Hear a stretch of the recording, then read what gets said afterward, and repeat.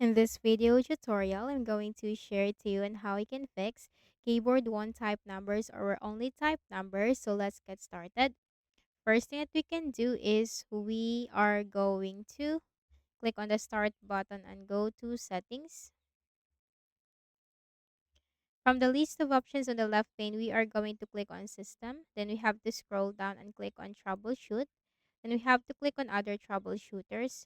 So here we need to look for keyboard with the run button corresponding to it. So once you find keyboard with the run button corresponding to it, run the keyboard troubleshooter. Now you have to follow the on-screen instructions that will give you suggestions and recommendations to fix the issue. So follow the recommendations. And after running the keyboard troubleshooter, right click at the start button, shut down or sign out, and restart your Windows. So if this video is valuable, do not forget to hit the like button and subscribe to this YouTube channel so we can produce more useful tutorials for you. Next method is we have to right click at the start button and select device manager.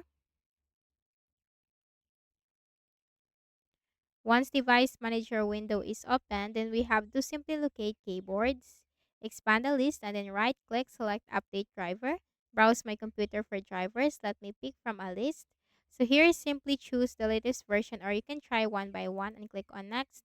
Windows has successfully updated the drivers, close this and click on the yes button, and that will restart your Windows. For the final method, click on the start button and go to settings. Then we have to click on accessibility on the left pane. Then we have to scroll down and click on mouse.